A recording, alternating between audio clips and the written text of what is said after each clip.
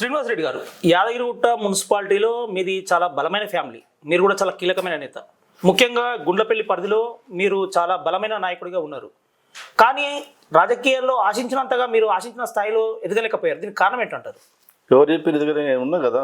నేను వచ్చిన ఫీల్డ్కి వచ్చిన కొత్తలోనే గ్రామ వార్డు మెంబర్ అయ్యాను. అంటే చెప్పుకోవడానికి మాత్రమే శ్రీనివాస్ రెడ్డి నాయకుడు అని తప్ప, మీరు ఒక ప్రజాప్రతినిధిగా తర్వాత వార్డు మెంబర్ చేసిన తర్వాత ఇంకా ఆ స్థాయిలో అనుకున్న స్థాయిలో మీరు వెళ్ళలేకపోయారు కదా. ఎందుకు వెళ్ళలేదండి? నేను రోజు ప్రజల సమస్యలు తీరుస్తూనే ఉంటా. నేను అనేది ప్రజాప్రతినిధిగా నేను ఏం చేయాలనో, వాళ్ళకి ఏం కావాలో అన్ని చేస్తూనే ఉన్నా. అన్నిటికీ అందుబాటులో ఉంటూనే ఉన్నాం. నా తరఫున చేస్తున్నా, నా తోచిన నా తరఫున వాళ్ళకి ఏదైనా కావాలంటే నా ఫ్రెండ్స్తో చేపిస్తున్నా, మా నాయకులతో చేపిస్తున్నా. అన్ని ముందుండి నడిపిస్తూనే ఉంటాయి కదా. ముఖ్యంగా శ్రీనివాస్ రెడ్డి గారు, మీరు రెడ్డి సామాజిక వర్గానికి చెందినటువంటి నాయకులు. రెడ్డి సామాజిక వర్గం అంటేనే రాజకీయాల్లో చాలా కీలకమైన పాత్ర పోషిస్తుంటుంది. దాదాపుగా రాజకీయాలన్నీ వాళ్ళ చుట్టూనే తిరుగుతుంటాయి. కానీ యాదగిరిగుట్టలో మాత్రము మీ చుట్టూ రాజకీయాలు తిరగడం లేదు. అంటే మీరు ఆ స్థాయిలో పనిచేయలేకపోతున్నారు అనే దాని మీద మీరేమంటారు? మేము పని చేస్తున్నామా చేస్తలేమా అనేది రాజకీయంగా మా ఎమ్మెల్యే గారికి తెలుసు. ఆయన ఏ విధంగా మమ్మల్ని చూస్తుండు, మేము ఏ విధంగా చేస్తున్నాము. మేము 100% ప్రజలకు చేరువయ్యేందుకు మా కులాల తరఫున కానీ మాకు కులం గిలం మాకు సంబంధం లేదు. మాకు ప్రజలే ముఖ్యం. ప్రజలే దేవుళ్ళు మాకు.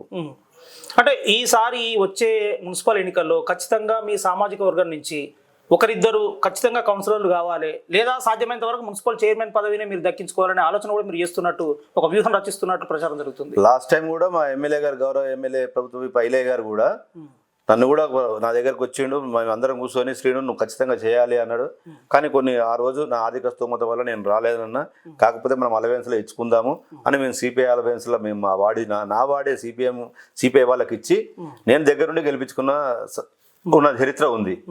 నేను ఈరోజు ఐలయ్య గారు నా సేవలు ఏ విధంగా వినియోగించుకుంటే, శ్రీను నువ్వు దీనికి పనికొస్తావు అంటే నేను దానికే ఉంటా.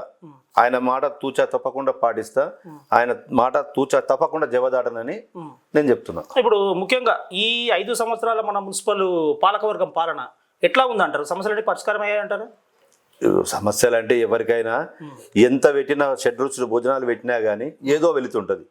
ఎన్ని చేసినా కానీ ఏదో ఒకటి ఉంటుంది, కామనే. అది జనాలకు ఎన్ని చేద్దాం అనుకున్నా కానీ తక్కువనే.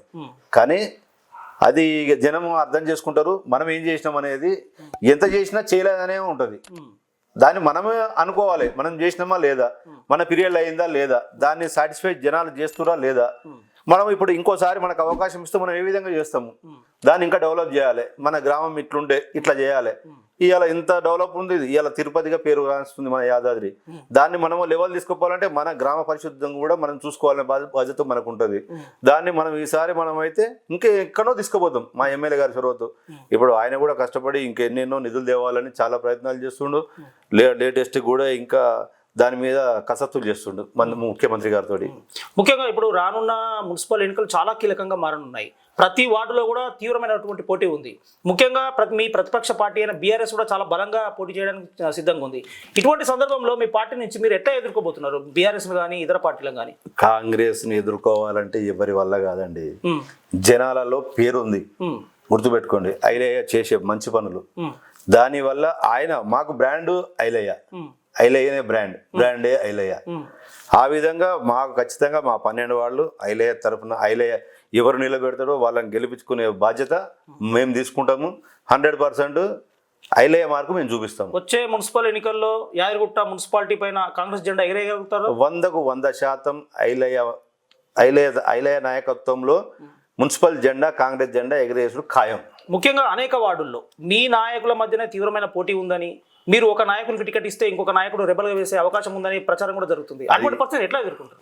ఎవరైనా ఒక టికెట్ కోసం 10 మంది ఆశపడు కామన్. కానీ దాంట్లో ఫైనల్ చేసేది మాత్రం ఎమ్మెల్యే గారే కదా. ఎవరికో ఒకరికి ఇస్తారు టికెట్, మళ్ళీ మిగతా అందరినీ సర్దుకోపోమని చెప్పేది ఆయనే చెప్తాడు. అందరినీ కూర్చోబెడతాడు, సమన్వయపరుస్తాడు. అన్ని అలకలు బుజ్జగింపులు కామనే ప్రతి పార్టీలో. 10 మంది ఆశపడతారు, 10 మందికి రాదు కదా, ఎవరికో ఒకరికి వస్తుంది. రేపు పొద్దున నన్ను కూడా ఊకోమనొచ్చు, నేను ఊకుంటా. సీను నీకు ఇది కాదు, సీనుకి ఇది ఉంది సీను అంటాడు, చెప్తా ఊకుంటా. నేను అర్థం చేసుకుంటానే కదా లీడర్ అన్నాడు. ముఖ్యంగా ఇక్కడ ఇంకొక ప్రశ్న వస్తుందంటే శ్రీనివాస్ రెడ్డి అవకాశవాద రాజకీయాలు చేస్తాడు, తనకు ఎక్కడ అవసరం తీరుతుందో, ఎక్కడ అవసరం తనకు ఉంటుందో అక్కడికి వెళ్తాడు అనేటటువంటి ప్రచారం కూడా జరుగుతుంది కదా. మీరు ఎప్పుడైనా అడగండి, ఎవరైనా తెలుసుకోండి, మీరు జనాలకు పోయి శ్రీనివాస్ రెడ్డి ఏ విధంగా ఉంటాడు. శ్రీనివాస్ రెడ్డి ప్రజలతో మమేకమై ఉంటాడు. శ్రీనివాస్ రెడ్డి ఎప్పుడైనా సరే జనం కోసం తాపత్రయపడతాడు.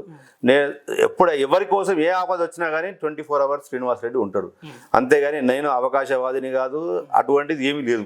అంటే మీ ఫ్యామిలీ అంతా కూడా కాంగ్రెస్ పార్టీ అంటే అభిమానం చూపిస్తుంది, కాంగ్రెస్ పార్టీ ఫ్యామిలీ అంటారు. మరి అటువంటి మీ ఫ్యామిలీ నుంచి వచ్చినటువంటి రాజకీయ నాయకునిగా మీరు ఒకనొక సందర్భంలో మీ స్వార్థం కోసం టీఆర్ఎస్కి వెళ్ళిరు కదా అని అంటారు కదా. అది అంటారు, అది అనుకోని సిచ్యువేషన్ లో జరిగింది. అది మీకు ఆల్రెడీ చెప్పాను. అది ఎందుకు జరిగింది, ఏం కథ అనేది.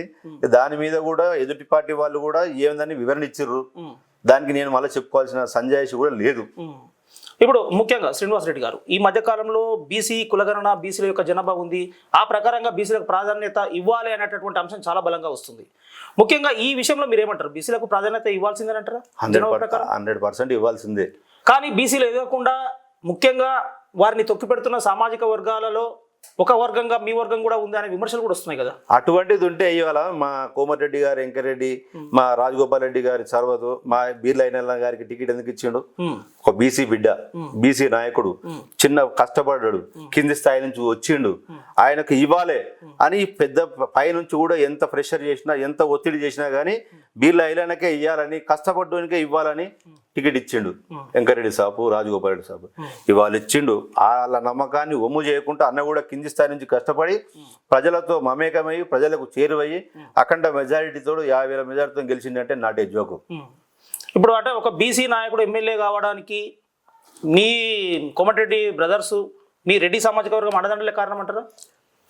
అండదండలు అంటే దానికి మీరు ఆలోచిస్తే ఒకానొక టైంలో కొంత సహాయం చేయాల్సిందే. చేసిండు. వాళ్ళు ఏ విధంగా సహాయం చేయాలి ఆ విధంగా చేసిరు. దాన్ని నిలబెట్టుకోవాలి. ఆ విధంగా మా బీలైలయ్య గారు దాన్ని నిలబెట్టుకోండు. టికెట్ ఇచ్చినంత మాత్రానే గెలుస్తారని కాదు, దాన్ని నిలబెట్టుకోవాలి. ఆ నిలబెట్టుకునే స్థాయి అన్న సంపాదించుకుండు. ఇవాళ సంపాదించుకుండు కాబట్టి 7 మండలాలలో అఖండ మెజార్టీతో గెలుచుకుండు. జనాలలో కూడా అంత దూసుకెళ్తుండు. ఇటువంటి నాయకుని నేను కూడా ఇంతవరకు ఎప్పుడు చూడలేదు. నా 50 ఏళ్ళ నేను రాజకీయంలోకి దిగి నేను 7th క్లాస్ నుంచి నేను NSY ఆర్గనైజర్. అప్పటి నుంచి నేను చూడలే ఇటువంటి నాయకుడిని. ఎందుకు అంత ఏం నచ్చింది? వాగ్దాటి, ఏది చెప్తే ముక్కుసూటి మనిషి. ఈ పని చేస్తా అంటే ఆ పని చేస్తాడు. చేసే తత్వం ఉండాలి. చెప్పింది కాదు, చెప్పింది చేసేవాడే నాయకుడు అంటారు. అటువంటి లక్షణాలు ఉన్నాయి కదా, ఉన్నాయి కాబట్టి ఆకర్షితులమైన. ముఖ్యంగా శ్రీనివాస్ రెడ్డి గారు మీరు చాలా సీనియర్ నాయకులు, మీకు కోమటిరెడ్డి బ్రదర్స్తో చాలా అనుబంధం ఉంది అని మీరు తెలుస్తుంది. అదేవిధంగా కసిరెడ్డి నారాయణ రెడ్డి గారితో కూడా మీకు చాలా సంబంధాలు ఉన్నాయని తెలుస్తుంది. ఇంత బ్యాక్గ్రౌండ్ ఉన్న మీరు ఇంకా ఉన్నత స్థాయిలో పదవులు ఎందుకు పొందలేకపోతున్నారు? ఎందుకు పొందలేదండి. మాకు అంతకుముందుకు నేను వార్డు మెంబరు, అంతకుముందుకు నేను రాజకీయ వార్డు మెంబర్ కాకముందు కూడా మా గౌరవ కసిరెడ్డి నారాయణ రెడ్డి గారు నాకు జిల్లా యూత్ కాంగ్రెస్ వైస్ ప్రెసిడెంట్ ఇచ్చిండు, మా రాజకీయ గురువు. దాని తర్వాత మా ఐలానా వచ్చినప్పుడు తర్వాత ఐలానా అయిన తర్వాత కూడా నాకు DCC జనరల్ సెక్రటరీ ఇచ్చిండు. ప్రజెంట్ నేను మాజీలు ఉన్నా. నాకు ఏదంటే అది వస్తుంది, కానీ అది మనం చేసే తత్వాన్ని బట్టి మనం నిరూపించుకోవాలి దాన్ని.